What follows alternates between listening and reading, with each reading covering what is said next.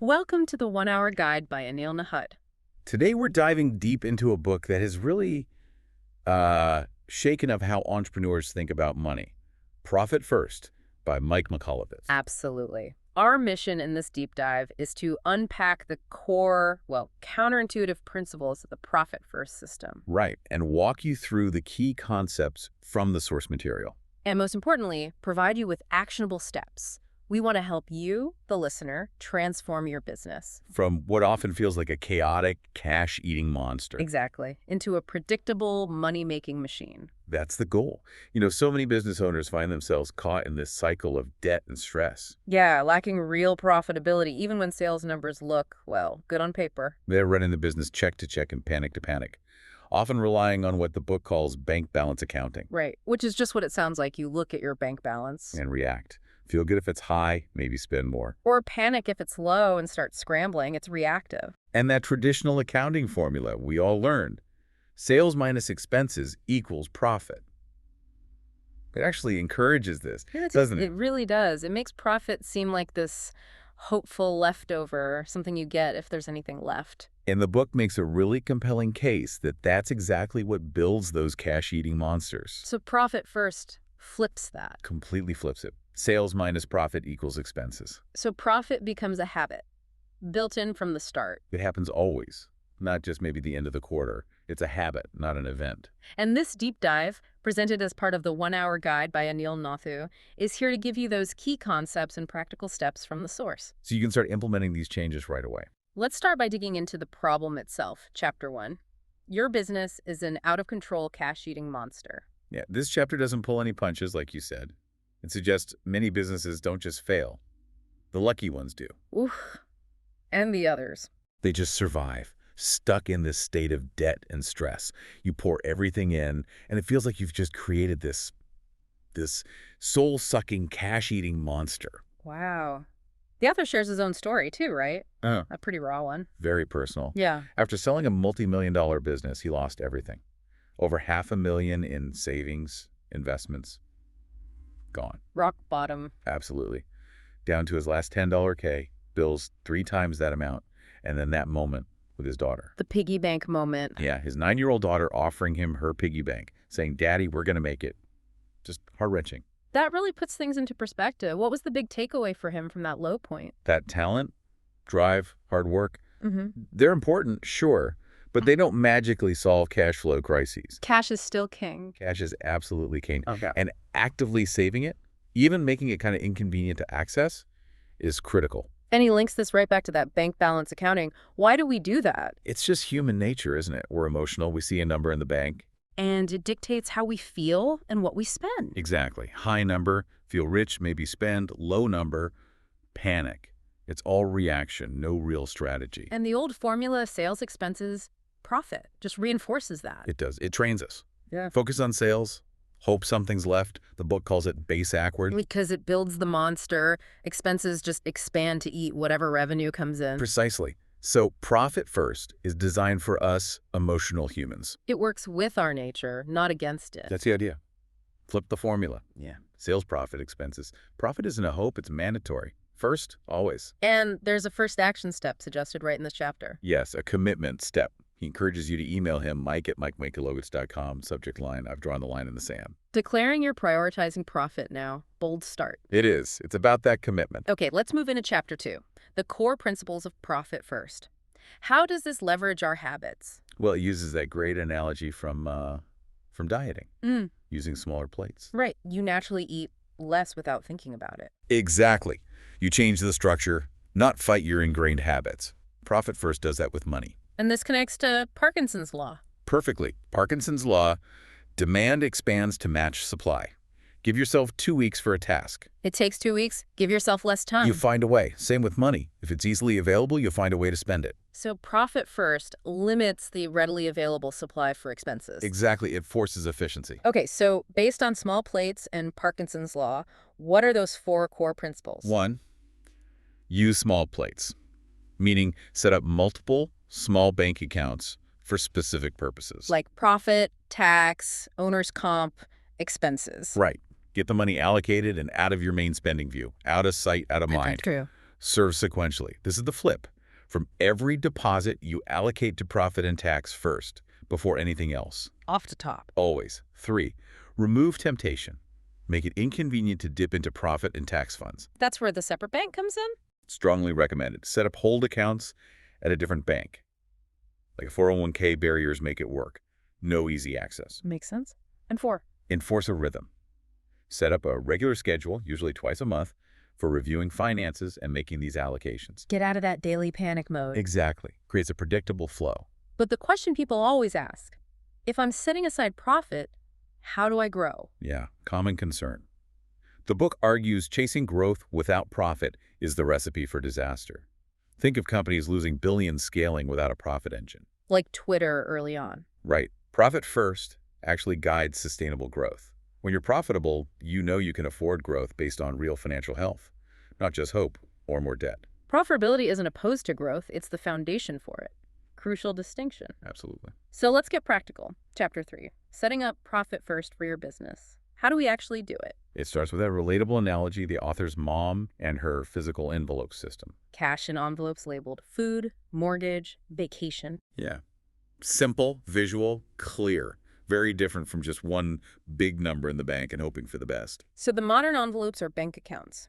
How many to start? The core system needs 5 foundational accounts at your main bank. Okay, let's list them. Income, where 100% of revenue lands first. Then profit. Owners come by for your pay. Tax for, well, taxes. And OPEX, operating expenses. And give them clear names like that. Definitely helps.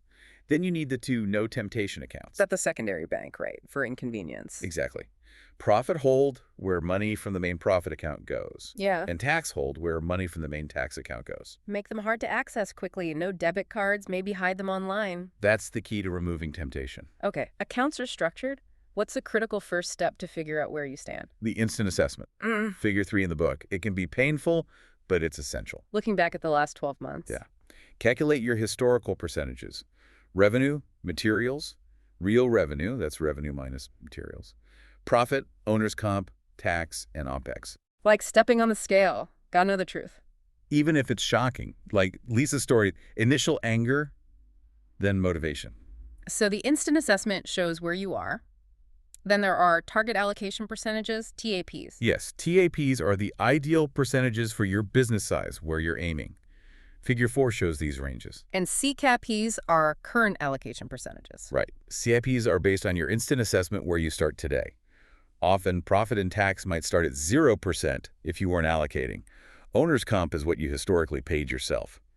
Everything else defaults to OPEX. Got it. Starting TAPs are set. How's the very first allocation work with the cash you have now? You take all available cash from your old main account, which you can rename OPEX, transfer it to the new income account. Okay. Then immediately allocate that lump sum into your new accounts based on those starting CCAPs you just calculated. The book is a clear example with $2,000. And you said the initial picture, the OPEX percentage, might look ugly. Very likely, yes. Could be 80%, 90%, that's expected. It shows you where you are, which is powerful motivation. And then there's an immediate action step. Crucial one. Cut expenses by at least 10% right away. Even if the CIPs don't strictly require it yet. Yes. You need a buffer. And you need to account for future CAP increases as you improve. 10% is a solid start. And critically, don't try to jump straight to the target percentages, the TAPs. Absolutely not. Start with CAPs that are manageable, a level where there's no excuse not to try. Like Jorge, starting at just 2% profit. Perfect example. Small, achievable steps build momentum. This whole system, as we're exploring in this 1-hour guide by Anil Nathu deep dive, is about consistent progress, not overnight perfection. Progress comes from habit. Chapter 6. Enforce a rhythm. What's the core habit? The 10-25 cash flow rhythm. Meaning? You deposit all revenue into income immediately, but you only pay bills and expenses from your OPEX account on 2 specific days, the 10th and 25th of the month. Or the business day before if it's a weekend or holiday. Right. This breaks that bank balance accounting habit. No more constantly checking and paying. It forces planning, right? If a bill's due on the 15th. You have to make sure the funds are allocated to OPEX by the 10th. Forces innovation, planning ahead. And it creates predictability for vendors too, like in that Deborah Courtwright story. Okay, so step 1, deposit to income.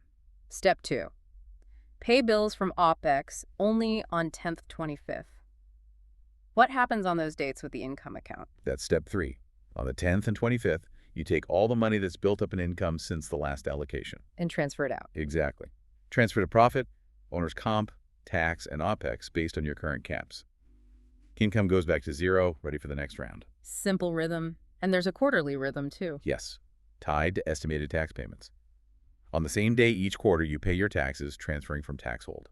You also pay yourself your profit distribution. Transferring from profit hold. The book suggests timing these together. Links the pain of taxes with the pleasure of profit, reinforces the behavior. And how do you actually move from starting CCAPs toward your target TAPs? Gradually. Each quarter, when you do that tax profit distribution, you evaluate your TAPs. Nudge them closer to your TAPs. Small increments. Maybe 1% more to profit, tax, owner's comp, which means a corresponding 3% reduction from OPEX. The key rule: never go backward. Small, consistent progress. It really hammers home that idea. Well-dressed poverty is still poverty. High revenue doesn't mean health if you're not profitable and living within OPEX. Couldn't agree more. And speaking of financial health challenges, Chapter 7 tackles a big one: debt. Yeah, that's overwhelming for so many, like Pete's story, $1 million in debt. And the trap the book identifies is focusing only on paying it down. That keeps you in top-line thinking, just chasing revenue to cover debt. Which can paradoxically lead to more debt. Exactly. So the advice, counterintuitive again, is even if you're drowning in debt, you must still implement profit first. yes, allocate to profit, even if it's tiny, symbolic, maybe 1%, while you aggressively attack the debt. Why? To build the permanent habit of fiscal health. It's not just crisis management, it's about changing behavior long-term.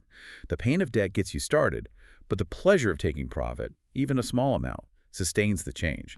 Saving has to become pleasurable, not just painful. Right. And stop basing decisions on your best month. That's a recipe for debt when slow months hit. The accountant's joke comes to mind. Yes. Percentages based on real revenue provide stability. So how do you tackle debt within the profit-first system? 2 main actions. First, the debt freeze. Stop taking on any new debt. Cut costs immediately, at least 10%, to lower your monthly nut. Stop the bleeding. Exactly. Second, the debt snowball. You know this one from Dave Ramsey. Pay minimums on everything except the smallest debt. And throw everything extra at that smallest one. All available extra funds, once it's gone, You take that entire payment amount and add it to the minimum of the next smallest debt. creating a snowball effect. The power is emotional momentum. Quick wins keep you motivated. Because we're emotional beasts, right? Not just logical. Seeing progress makes the hard work bearable. Totally. So the action steps for debt. 1, debt freeze, cut costs 10% plus. 2, use 99% of your profit allocation for the smallest debt, but take 1% as a reward. 3, start the snowball. Jesse's baseball franchise story shows this works. Okay, moving on from debt. Chapter 8 is interesting. Find money within your business. Sounds like uncovering hidden cash. It is, through efficiency and better choices. The story of Mr. Innovator is great here. Challenged his team to cut costs dramatically. By third, initially, Yeah. ended up cutting them nearly in half, mainly by redesigning his trucks for efficiency. That fueled massive growth to $50 million. Wow. And there's a link to profit margins. Yeah, a paradox. High margins attract competition, forcing you to keep innovating just to stay profitable. Profit first naturally forces this innovation because you're always working within that limited OPEX budget. It builds the muscle for efficiency. Right. The goal is that 2 times the results with half the effort. Parkinson's law again. Limited resources force creativity. Like squeezing the last bit of toothpaste. Ask big questions. How can we do this for half the cost? Not just, how can I shave off a few minutes? Like the UPS keys on Pinky's example. Small change, big impact. Or washing trucks less often. Big thinking leads to big savings. Wesley Roach's story is also powerful here. Tough choices, including layoffs, but ultimately successful. Yes, he cut expenses relentlessly, but also replaced lost effort by dropping unprofitable services and optimizing everything else. It seemed impossible, but it worked. Allowed him to save for a down payment finally. And a huge part of finding money is dealing with clients. Absolutely. The concept of firing bad clients, referencing the pumpkin plan. Not all revenue is good revenue. Not at all. Unprofitable clients drain time, energy, money, resources that could go to serving your best clients. Politely letting them go frees you up to clone your winners. Pareto principle in action. Like Ernie the Long Guy, getting busier but poorer, taking bad jobs. Classic example. So the actions here. 1, challenge yourself. Right. Find one area for 2x results, half the effort. 2, Identify and politely fire your worst clients. Okay, once the core system is humming along, Chapter 9 covers profit first advanced techniques, prerequisite first. You need consistency. Huh. At least 2 full quarters, 180 plus days of running the core system properly. Yeah. Bi-weekly allocations, profit building up, distributions happening, accountability. You've mastered the basics. Now you can customize. Ready for the marathon training. Good analogy. The core principle for advancing is Moe's rule. Add another account. Customize it further. Exactly. Once the foundation is solid, add accounts for your specific needs. Maybe deferred revenue, DRIP, petty cash, sales tax, CapEx, owner's comp hold, maybe even specific inventory accounts. Add clarity where you need it. This chapter also shifts focus from the monthly nut expenses to IFA. Required income for allocation. Yeah, this is powerful. It's the minimum revenue you need deposited into income by each allocation date. The 10th and 25th. To cover all your planned allocations, especially your desired owner's comp based on your KKP. How do you figure that out? Simple calculation. Take your desired monthly owner's comp, divide by 2, then divide by your owner's comp CKP percentage. That RIFA number tells you the revenue target you must hit. Keeps you honest about whether the business supports your desired pay. And explains why the primary profit and tax accounts often show 0 after allocation. Because the money immediately moves to the hold accounts at the other bank. Right. Removing temptation. The chapter also gives a framework for affording new hires. Yeah, using real revenue multiples based on industry labor costs. Drawing from Greg Crabtree's simple numbers helps you see if a role can generate enough revenue to support its cost plus profit.